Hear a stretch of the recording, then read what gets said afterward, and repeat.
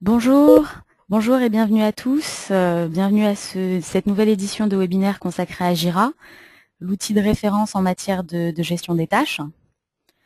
Donc, je me présente, je suis Anna Aoudjan, ingénieure d'affaires à Imnet, et je serai accompagnée de Bertrand de Villers, business developer à Imnet, et qui interviendra au cours de cette présentation. Avant de commencer, un petit point sur la logistique. Donc, sachez que nous avons volontairement coupé vos micros pour éviter toute nuisance sonore. Néanmoins, vous pouvez toujours nous poser des questions à travers le module de chat. Nous avons choisi d'y répondre en fin de présentation afin de ne pas dépasser sur le temps qui nous est imparti.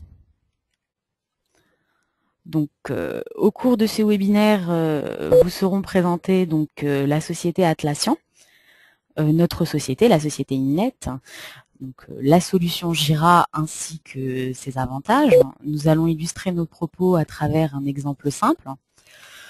Nous évoquerons rapidement quelques éléments financiers ainsi que les avantages Imnet, le tout pour finir sur une séance de questions-réponses. Donc, comme on vient de le dire, au cours de ce webinaire, nous allons donc vous présenter quelques-unes des fonctionnalités de la solution Jira. Mais avant ça, nous allons plutôt nous intéresser à qu'est-ce que Jira. Donc, Jira est un outil de gestion de demande et de workflow développé par une société australienne, donc qui est la société Atlassian, dont les deux produits phares, comme vous pouvez le voir sur ce slide, sont donc le produit Jira, donc l'outil de gestion de demande de workflow, et la suite logicielle, donc la solution Atlassian Confluence. Donc, rapidement, qu'est-ce que Confluence? Confluence est un wiki d'entreprise. Donc ça va vous permettre de créer une base documentaire unifiée pour votre entreprise, donc ce qui agira un petit peu comme un Wikipédia d'entreprise. Et bien sûr, donc la solution Jira dont nous réalisons la présentation aujourd'hui. Donc rapidement, Jira, qu'est-ce que c'est? C'est une application, comme je vous disais, de gestion de demande et de workflow. C'est une application web lancée en 2004, disponible en 15 langues et qui est aujourd'hui utilisée par plus de 30 000 sociétés dans plus de 135 pays.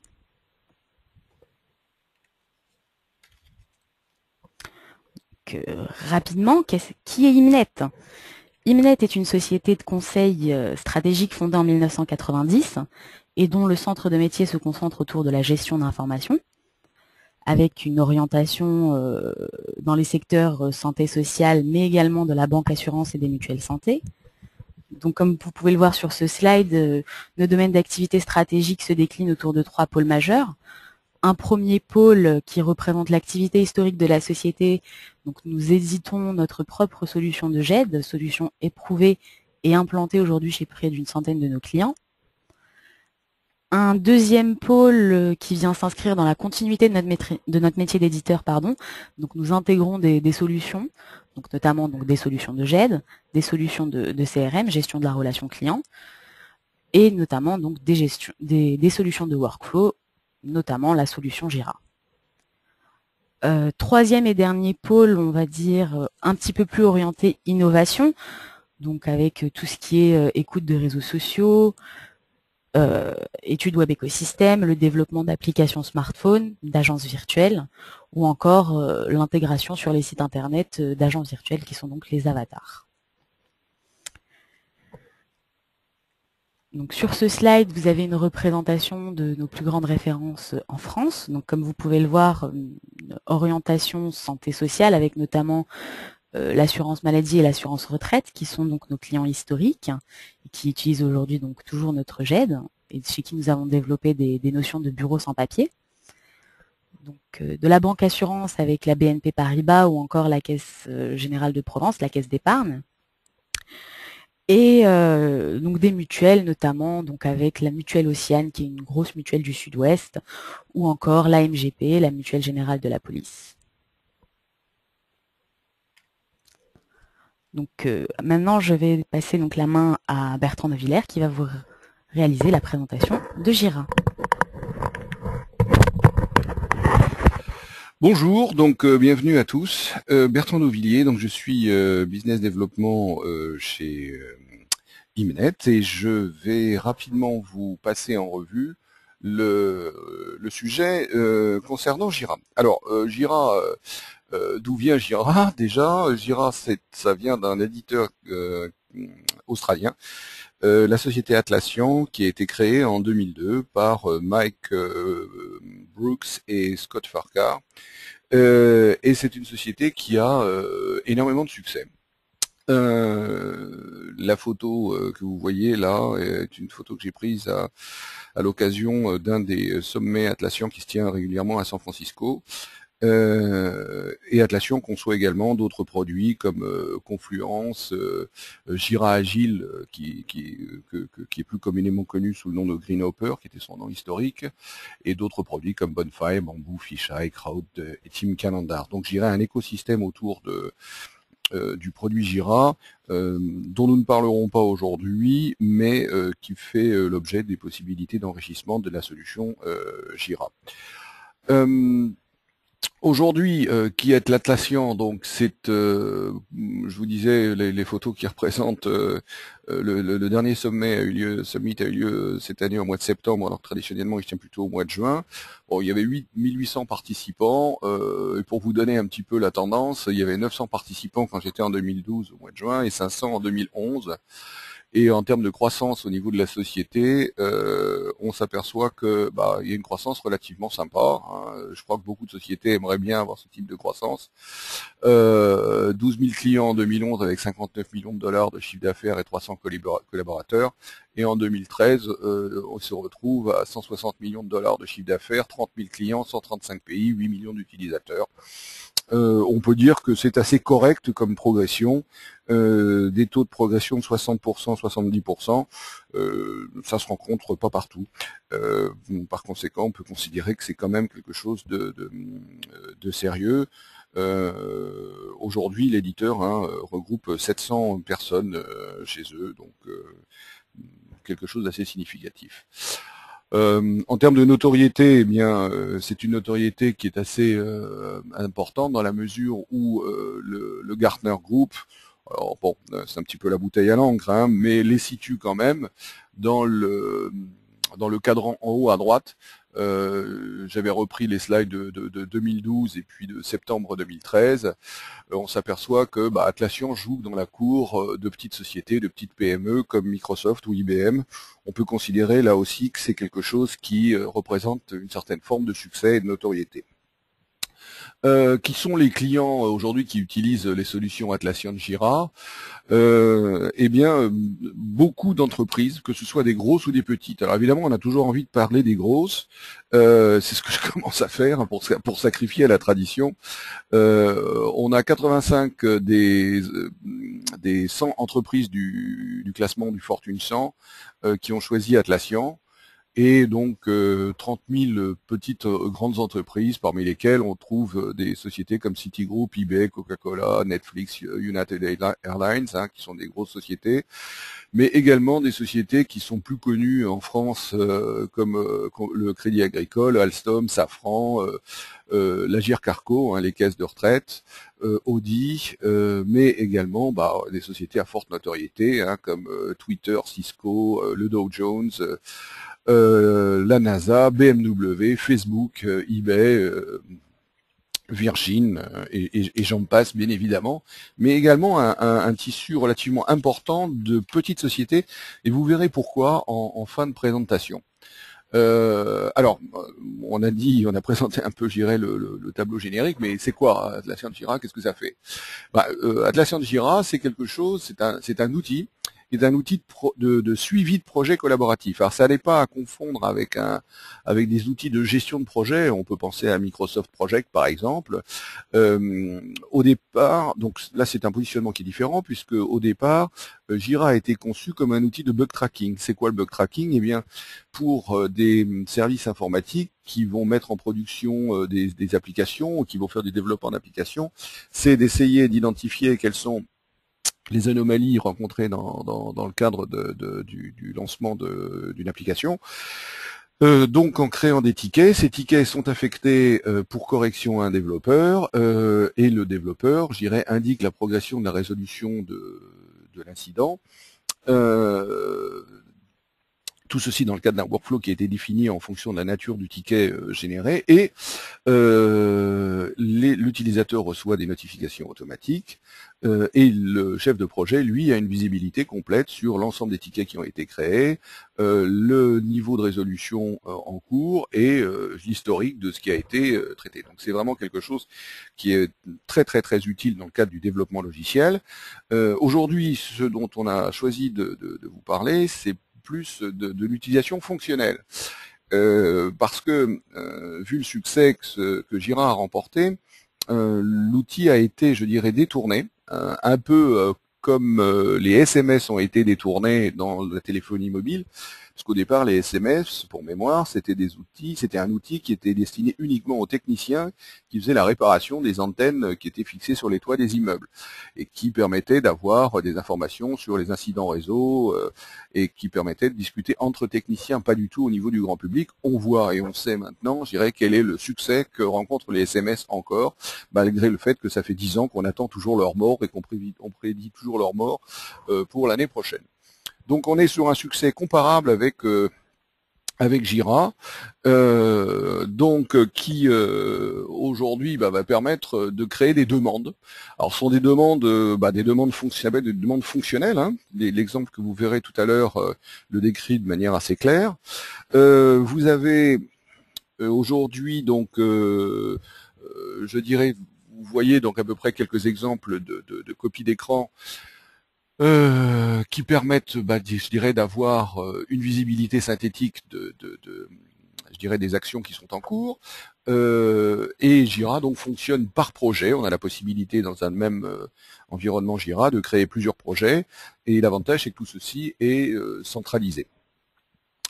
Qu'est-ce qu'on peut attendre comme bénéfice au niveau de Jira et de sa mise en place? Alors, ce qui est important, c'est que on a un outil qui est un outil très simple, on va le voir, et c'est un outil qui permet de structurer une activité.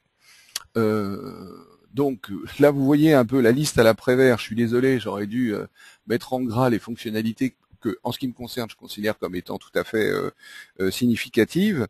C'est aujourd'hui la possibilité de remplacer les courriers et les mails et les fichiers Excel éparpillés. On s'aperçoit très rapidement que sur les demandes qui sont effectuées au niveau des entreprises, et là je pense à tout type de demande, hein, au niveau fonctionnel, on va avoir, je dirais, un mode de fonctionnement qui est l'envoi de mail et puis d'une pièce jointe. Et puis au bout d'un certain temps, on ne sait plus très bien quelle est la bonne version, où est passé le fichier, est-ce qu'il est toujours valide, et puis où en est la réponse, est-ce que les choses avancent ou pas. Donc là, on a la possibilité de remplacer les courriers et les mails. C'est quelque chose qui est dans l'air du temps et qui, à mon avis, va se développer de manière significative. On a la création de workflows qui sont clairs. Donc, je dirais que la conséquence, c'est la ligne qui est en dessous. C'est-à-dire qu'on a un apport structurel et on identifie bien au niveau de l'équipe, de l'entreprise, le cas échéant, qui fait quoi. Ça, c'est quelque chose qui est important. C'est-à-dire que vu aujourd'hui le niveau de turnover qu'il peut y avoir dans certaines entreprises, de réorganisation dans les grands groupes, par moment, on est un peu paumé, on ne sait plus, pour parler ça, trivialement, et on ne sait plus qui fait quoi. Donc là, je dirais que la mise en œuvre de Jira permet de définir à un instant T qui fait quoi. Et l'avantage qu'il y a, c'est que il y a une très grande souplesse dans la création des workflows et de leur modification. Ce qui veut dire que l'outil est très adaptable justement à ces environnements qui sont changeants et qui vont avoir un impact au niveau de l'organisation. C'est quelque chose qui est tout à fait significatif. Et puis, la clé de voûte de tout cela, c'est que c'est véritablement un outil hyper simple. La formation d'utilisateur, c'est 2 heures. Pour un utilisateur lambda, et puis vous verrez qu'au niveau économique, c'est pas quelque chose qui ruine une entreprise. Donc on est véritablement dans, je dirais, un environnement qui est très souple et très adapté au changement, et puis qui a la possibilité de se déployer très rapidement du fait que il n'y a pas, je dirais, d'impact, il n'y a pas de retard lié à des formations lourdes d'utilisateurs et puis à des définitions de process qui sont très lourds puisqu'on a la possibilité de les faire évoluer simplement.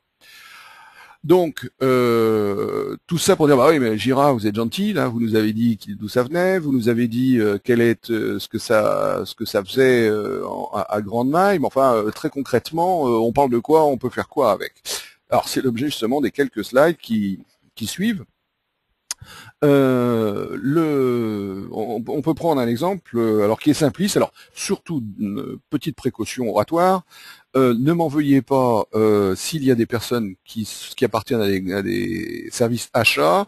L'exemple que j'ai pris est ultra basique et très simple et simplement destiné à avoir une vocation pédagogique pour montrer ce que fait Jira. Je ne voudrais pas que certaines personnes le prennent de travers en disant non mais attends, si, c'est pas du tout comme ça qu'on fonctionne, on a quand même nous des procédures un petit peu plus sophistiquées. L'idée c'est donc de vous présenter ce que peut être une gestion de demande d'achat dans une entreprise qui n'est pas organisée. Hein. Donc on a aujourd'hui quelqu'un qui se dit bah voilà, moi j'ai besoin de lancer une demande d'achat. Comment je vais faire? Il n'a pas Jira.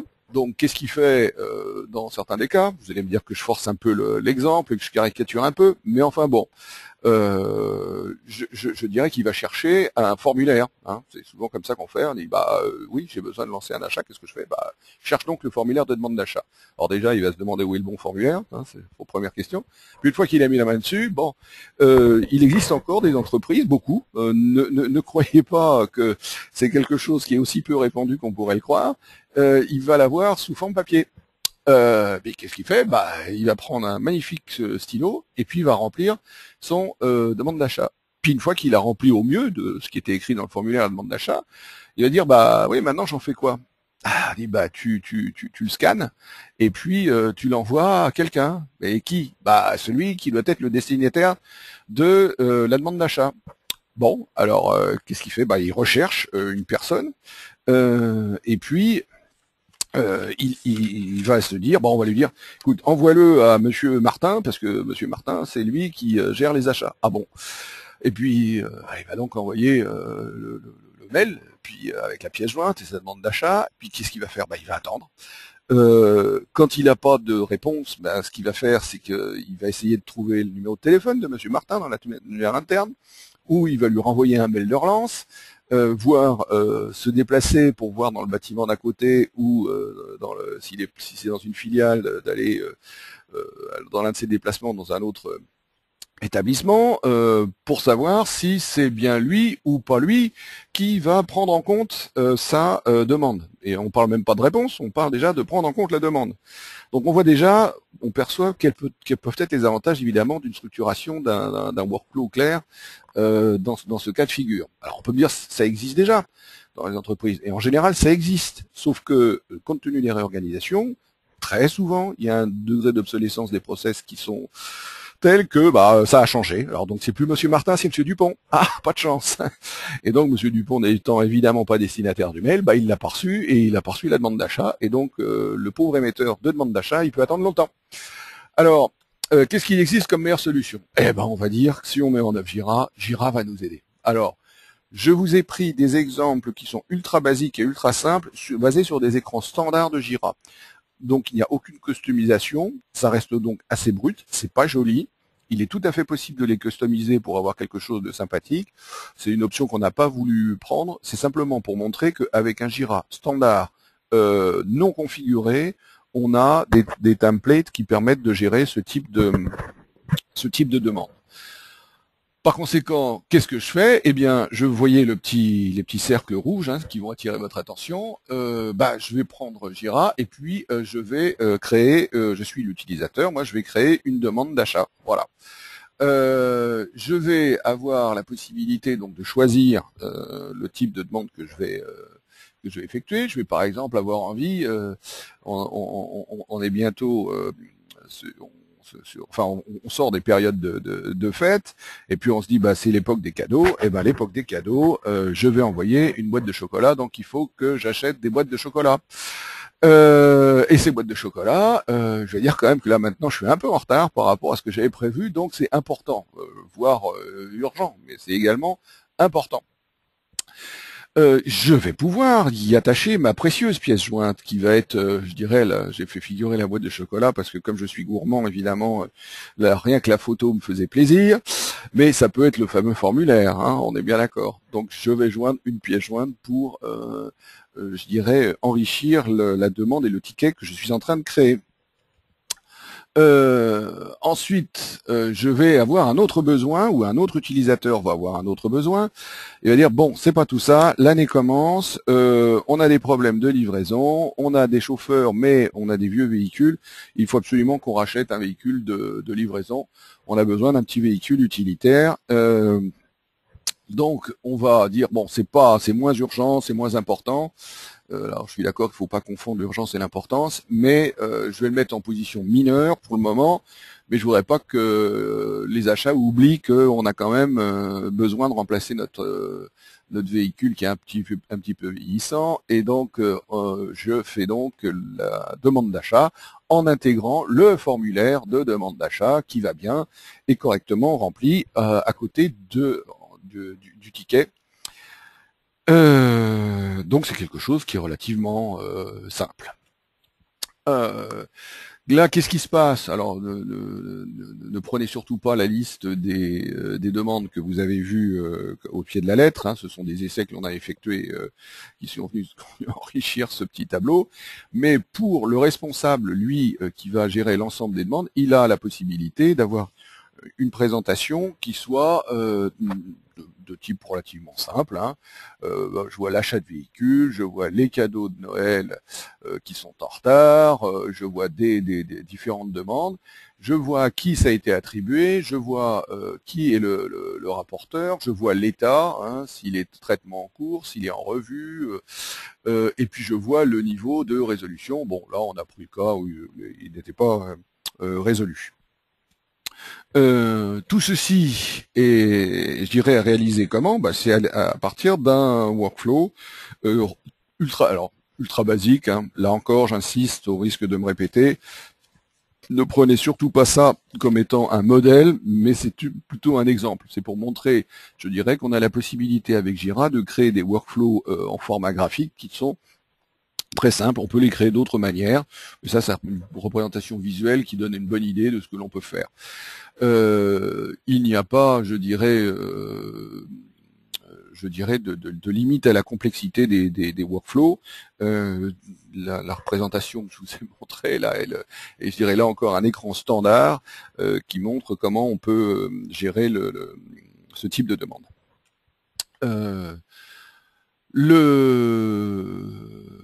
Le slide suivant concerne, je dirais, la notification que l'on peut avoir, c'est-à-dire que l'utilisateur, lui, va avoir une notification automatique qui lui montre que son état est en version traitée, c'est-à-dire que le statut a avancé, et il reçoit je dirais, par mail, par notification automatique, sans que, je dirais, il y ait eu besoin de faire une intervention supplémentaire, une notification automatique qui lui dit, ça y est, l'achat a été lancé, donc la demande est traitée. Donc on voit bien que c'est quelque chose qui est quand même d'un apport assez sympathique, et en plus, le responsable, lui, des achats, a la possibilité d'avoir de manière synthétique un petit rapport qui peut être un graphique. On a choisi un camembert, il y a différentes possibilités de faire des histogrammes, différents types de courbes, bien évidemment, mais il a la possibilité de voir visuellement, de manière synthétique, et donc de pouvoir effectuer un reporting à tout moment, hein, en temps réel, de ce qui se passe dans son activité. Donc on voit bien qu'on a pris un exemple fonctionnel qui n'a rien à voir avec une demande de traitement de bugs informatiques, et on est bien aujourd'hui dans un contexte où on va pouvoir traiter n'importe quel type de demande. Alors l'idée au niveau de ce webinaire, c'était vraiment de faire un survol très rapide, mais on pourrait vous donner des exemples concrets d'utilisateurs, de clients qui, dans des grands groupes, l'utilise pour, je dirais, la gestion des demandes au niveau des ressources humaines, les demandes d'affectation, les changements de statut, les modifications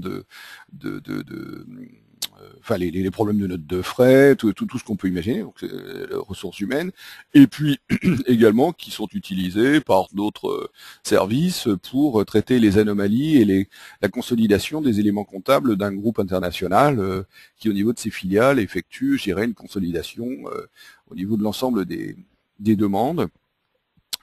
Et qui donc sont suivis par Jira. Pas du tout donc par un service informatique. On a également des exemples de clients qui l'utilisent, qui le mettent dans les mains des services généraux de leur entreprise et qui disent bah voilà, on va déménager le bâtiment A vers le bâtiment B. Dans le bâtiment B, on sait qu'un bureau est constitué d'un certain nombre de mètres carrés avec une lampe de bureau, une table, une chaise, une prise électrique, une fiche RJ45, etc., etc. Et puis, tout d'un coup, on s'aperçoit que dans le bureau numéro 23, la prise RJ45 ne fonctionne pas. On crée un ticket. Le ticket est affecté à un développement, je dirais, à une personne de la maintenance, qui ne sera pas la même que la personne qui va gérer, par exemple, le fait que on a oublié la chaise ou le fauteuil dans le même bureau, hein, on est bien d'accord. Donc le workflow va pouvoir être différencié en fonction de la nature de la demande du ticket. Donc là encore, on utilise Jira indépendamment du bug tracking informatique pour lequel au départ il a été conçu. Alors combien ça coûte? Parce que, oui, c'est bien votre histoire là, mais bon, ça va être cher, parce que bon, ça a l'air quand même assez puissant et simple, et très rapidement, on va dire, on va peut-être casser la tirelire. Bah, si vous avez 10 $ sur vous, ce qui fait 7,50 €, compte tenu du taux de change actuel, vous pouvez investir déjà pour une licence de 10 utilisateurs. Ça vous donne déjà un peu une idée de l'investissement lourd que vous allez être contraint d'effectuer pour commencer à utiliser Jira. Il existe également des solutions Atlassian Jira On Demand, c'est-à-dire dans le cloud. On recommande peu ce type d'utilisation, sauf dans des cas assez particuliers, qui sont liés, je dirais, à des contraintes de la mise en production de certains outils par les services informatiques, lorsqu'il y a des contraintes de sécurité particulières et que l'informatique ne veut pas, pour des raisons tout à fait légitimes, mettre en œuvre un produit, un outil nouveau qu'ils ne connaissent pas. Pardon. Et également pour des questions de rapidité, liées par exemple à la lenteur des process de décision d'achat, et qu'on veut simplement faire un POC, un Proof of Concept, un petit proto sur le coin d'une table, ce que permet tout à fait de faire Jira. On conseille plutôt d'installer, je dirais, Jira sur un ordinateur. Alors quel type de plateforme, hein, c'est un vulgaire PC fait l'affaire, et puis je dirais en fonction ensuite de la charge, de monter sur des serveurs de plus en plus puissants. On peut gérer, hein, on a des références de clients qui ont plusieurs milliers d'utilisateurs qui utilisent Jira, et le cas échéant sur plusieurs instances, donc des très grands groupes comme vous avez pu le voir en début de présentation. On n'est pas véritablement avec un outil PC, hein, soyons très clairs, on est bien sur un outil qui est destiné à subir des très très fortes charges, plus de 10 000 utilisateurs, comme vous le voyez sur ce niveau de tarification. Là encore, pour information, quand on prend la licence pour 100 utilisateurs, le montant de 4 000 $ est pour l'année numéro 1. Au bout de l'année numéro 1, qu'est-ce qui se passe? Vous avez deux solutions. C'est soit vous prenez la maintenance, auquel cas elle vous sera proposée pour un montant de 2 000 € pour la deuxième année, 50% donc du montant de la licence initiale. Et vous pouvez ne pas prendre la maintenance. Alors, certains clients décident de ne pas prendre la maintenance. Pourquoi? Parce que Jira est un outil fiable et qu'ils ont mis en œuvre, je dirais, une solution qui répondait bien à leurs besoins. Et par conséquent, ils disent, nous, on a figé les process, on a figé l'application, ça tourne. Et Jira étant un produit extrêmement robuste, hein, on a certains clients qui, pour des applications sensibles, ont fait des essais de typiquement débrancher physiquement le serveur qui regroupait plus de 2500 utilisateurs. Alors ils l'ont fait sur un environnement de test, hein, bien sûr, de débrancher physiquement, électriquement le serveur pour voir ce qui se passait, et à plusieurs reprises, c'était le cas dans une grande banque, ils ont fait ces essais et jamais aucun ticket n'a été perdu. Donc c'est véritablement, je dirais, révélateur de la robustesse du produit Jira. Évidemment, quand on ne prend pas la maintenance, on n'a pas le droit à la livraison gratuite des nouvelles versions qui sont, je dirais, les versions majeures sont livrées à raison de 1 à 2 versions par an. Donc vous avez toujours la possibilité de décider ultérieurement finalement de recourir à la maintenance. Alors ensuite, oui, mais combien de temps ça prend et combien de temps il me faut? Je dirais pour faire un proto, une petite maquette, un petit démonstrateur pour une dizaine d'utilisateurs, il faut compter 5 jours. Donc il faut prendre une licence 10 users, ce qui ne va pas ruiner, je dirais, le département qui va investir. Et je dirais en 5 jours, on est tout à fait capable de mettre en œuvre Jira pour 10 utilisateurs sur un process bien déterminé, de manière très simple. Là aussi, sans rentrer dans des customisations particulières. En général, on fait quelque chose d'assez brut de fonderie, mais pour voir si ça répond bien aux besoins exprimés. Donc ça, c'est quand même quelque chose qui est sympa. Et un projet standard, on va dire, alors là, évidemment, il y a des projets qui durent plus d'une année, pas en charge, mais en temps et laps, qui sont... mais ce qu'on a pu constater, c'est qu'un projet standard, c'est de 20 à 60 jours de prestations que Imnet est tout à fait à même de vous apporter. Alors précisément, on a beaucoup parlé d'Atlassian, on a parlé de Jira, on a parlé de tous ses bénéfices, mais que vient faire Imnet dans l'histoire? Donc que vous apporte Imnet?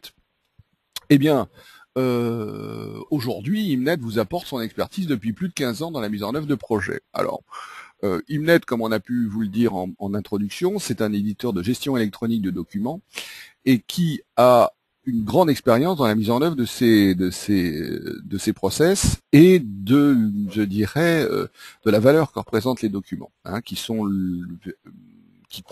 constituent ce qu'on appelle comment dirais-je, les biens immatériels de l'entreprise. On a dans une entreprise, quand on fait la valorisation d'une entreprise, on a la valorisation des biens matériels, son stock, je dirais tout ce qui concerne, je dirais, véritablement l'activité physique et matérielle chiffrable de l'entreprise. Et puis, on comptabilise maintenant de plus en plus, il y a même des normes européennes qui sont en cours d'évolution dans ce domaine-là, ce qu'on appelle les biens immatériels. Alors, quels sont les biens immatériels? Les biens immatériels, c'est un fichier client, par exemple, c'est les process de l'entreprise, c'est le savoir-faire, ce sont les brevets, par exemple, que l'entreprise a pu développer, et ce sont ses méthodes d'organisation. Donc on est bien véritablement aujourd'hui sur des domaines qui sont hyper sensibles, puisque la valorisation des biens immatériels, alors selon les entreprises et leur secteur d'activité, peuvent représenter jusqu'à 30%, 40%, voire au-delà, 50% de la valeur d'une entreprise. Ça veut dire je suis patron d'une entreprise, je veux vendre mon entreprise, et bien la moitié de la valeur de mon entreprise, c'est quoi? C'est mes actifs immatériels. Donc c'est vraiment quelque chose qui est lourd. Ce qui veut dire que mettre en œuvre des process clairs, mettre en œuvre des solutions qui sont structurées, c'est véritablement d'apporter de la valeur à l'entreprise. Donc Imnet, c'est, j'irai de quoi on parle dans ce type de projet, et on a la possibilité, je dirais, d'apporter à nos clients une assistance pour la mise en œuvre évidemment technique du projet Jira. La mise en œuvre, je dirais, une installation de Jira, c'est 2 heures. Bon, quand on fait large sur des installations un peu compliquées dans des environnements serveurs un peu lourds, ça va prendre au maximum une demi-journée, mais une bonne partie du temps étant consacrée à la partie administrative d'ailleurs, plus que la partie mise en œuvre technique. Et donc le fonds de commerce d'Imnet historiquement, c'est une bonne connaissance du métier santé et prévoyance. Vous voyez sur la droite les références dont on vous a parlé tout à l'heure. On a une forte centre de gravité dans ce secteur-là au niveau connaissance métier, mais pas uniquement, puisque vous voyez des sociétés comme Via Michelin ou Natixis et Rodia par exemple, qui sont hors de ce périmètre. Donc bien évidemment, on va pouvoir mettre en œuvre, comme je le disais, vous aider à spécifier la solution, paramétrer, le développer, l'installer, le test, valider, vous apporter la formation nécessaire et l'accompagnement, et puis le support. Donc on est véritablement aujourd'hui dans des démarches qui sont de plus en plus des démarches agiles, c'est-à-dire que on est dans des processus itératifs, qui vont véritablement mettre en œuvre les solutions de manière très souple et très rapide en se fixant des projets qui sont gérés par les délais. L'importance étant de pouvoir produire à la due date, à la date définie, et de répondre aux engagements que l'on a pris vis-à-vis de la maîtrise d'ouvrage. Donc, j'ai beaucoup parlé, je vous ai posé très peu de questions, mais peut-être que vous avez des questions à nous poser. Donc, on va arriver effectivement à la fin de l'ordre de ce qui nous était, de ce qu'on en avait prévu, et on attend vos questions avec enthousiasme. Ce que je tiens à dire, c'est que véritablement, vous pourrez, le cas échéant, nous adresser par mail ultérieurement des questions auxquelles nous serons parfaitement heureux de répondre.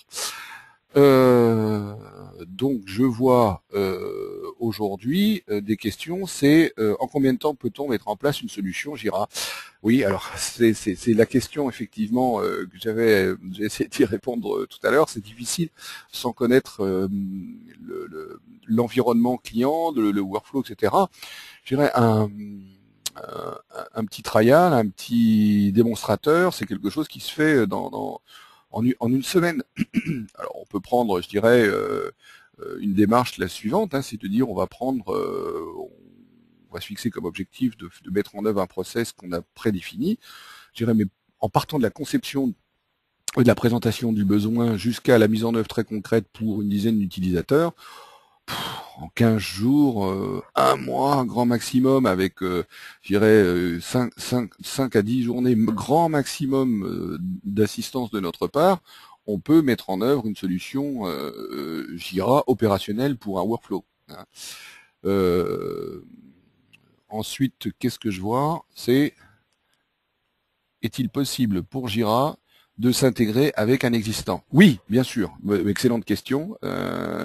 Jira est parfaitement paramétrable et s'intègre avec les systèmes d'information existants de tout client. Il faut savoir que Jira donc est, je dirais, est un outil qui, pour la version mono-utilisateur, pour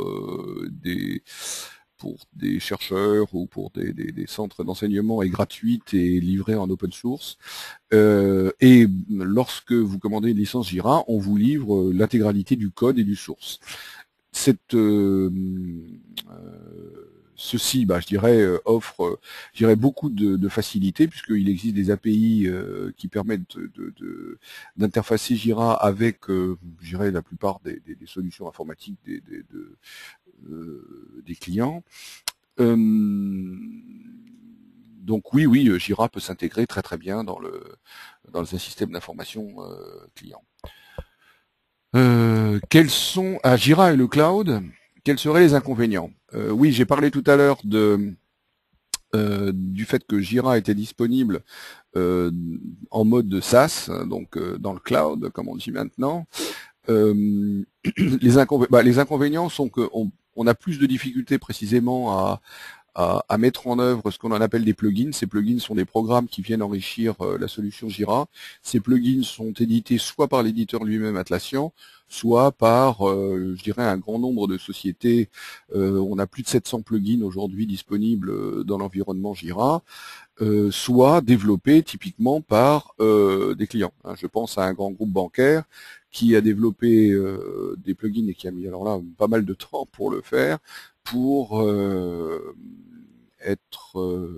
pour accroître un niveau de sécurité très très important dans l'utilisation de Jira.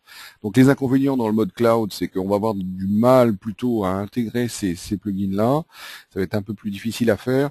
Et puis quelque chose qui saute aux yeux, c'est que la version qui est disponible n'est disponible qu'en anglais, ce qui pour des clients francophones est toujours un petit peu agaçant, quoi. On n'a pas la possibilité d'utiliser un autre langage que l'anglais. Donc, alors, Jira existe dans plus de 15 langues, hein. Je crois que maintenant il y en a même encore qui sont développés, que ce soit même le chinois ou l'allemand ou différents types le français bien sûr, mais la version disponible dans le cloud n'est pas multilingue et n'est pas disponible en anglais. Imnet dispose-t-elle d'experts Jira ou pour son intégration? Oui, absolument. Donc là encore, nous sommes tout à fait désireux de pouvoir vous rencontrer et de prendre en compte, je dirais, vos différents besoins et puis, le cas échéant, d'y apporter une réponse. Bien, écoutez, on arrive au terme du temps qui nous était imparti. Il me reste à vous remercier bien chaleureusement de votre présence sur ce webinaire, de vous souhaiter une bonne début d'année, une petite chose qu'on a oublié de vous signaler, et puis de venir nous retrouver sur notre site internet, sur YouTube, et vous aurez une présentation vidéo, puisque cette présentation a été enregistrée. Voilà, bonne année à tous, merci, et puis à très bientôt, j'espère.